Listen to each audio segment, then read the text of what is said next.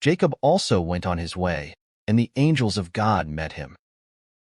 When Jacob saw them, he said, "This is the camp of God." So he named that place Mahanaim. Jacob sent messengers ahead of him to his brother Esau in the land of Seir, the country of Edom. He instructed them, "This is what you are to say to my lord Esau. Your servant Jacob says, I have been staying with Laban and have remained there till now. I have cattle and donkeys, sheep and goats, male and female servants. Now I am sending this message to my lord, that I may find favor in your eyes." When the messengers returned to Jacob, they said, "We went to your brother Esau, and now he is coming to meet you, and 400 men are with him." In great fear and distress, Jacob divided the people who were with him into 2 groups, and the flocks and herds and camels as well.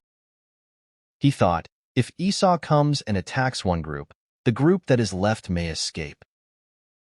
Then Jacob prayed, "O God of my father Abraham, God of my father Isaac, Lord, you who said to me, 'Go back to your country and your relatives, and I will make you prosper.'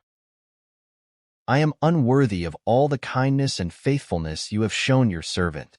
I had only my staff when I crossed this Jordan, but now I have become 2 camps. Save me, I pray, from the hand of my brother Esau, for I am afraid he will come and attack me, and also the mothers with their children. But you have said, I will surely make you prosper, and will make your descendants like the sand of the sea, which cannot be counted." He spent the night there, and from what he had with him he selected a gift for his brother Esau.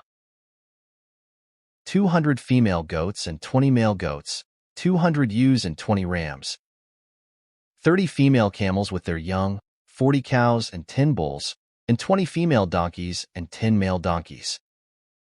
He put them in the care of his servants, each herd by itself, and said to his servants, "Go ahead of me, and keep some space between the herds."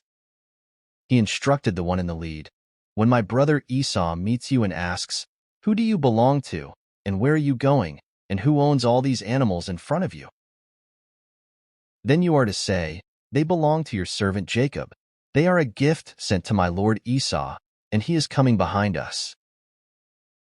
He also instructed the second, the third, and all the others who followed the herds, "You are to say the same thing to Esau when you meet him. And be sure to say, 'Your servant Jacob is coming behind us.' For he thought, 'I will pacify him with these gifts I am sending on ahead. Later, when I see him, perhaps he will receive me.'" So Jacob's gifts went on ahead of him, but he himself spent the night in the camp. That night Jacob got up and took his 2 wives, his 2 female servants, and his 11 sons, and crossed the ford of the Jabbok. After he had sent them across the stream, he sent over all his possessions. So Jacob was left alone, and a man wrestled with him till daybreak. When the man saw that he could not overpower him, he touched the socket of Jacob's hip so that his hip was wrenched as he wrestled with the man. Then the man said, "Let me go, for it is daybreak." But Jacob replied, "I will not let you go unless you bless me." The man asked him, "What is your name?" "Jacob," he answered. Then the man said, "Your name will no longer be Jacob, but Israel, because you have struggled with God and with humans and have overcome." Jacob said, "Please tell me your name." But he replied, "Why do you ask my name?" Then he blessed him there. So Jacob called the place Peniel, saying, "It is because I saw God face to face, and yet my life was spared." The sun rose above him as he passed Peniel, and he was limping because of his hip. Therefore to this day the Israelites do not eat the tendon attached to the socket of the hip, because the socket of Jack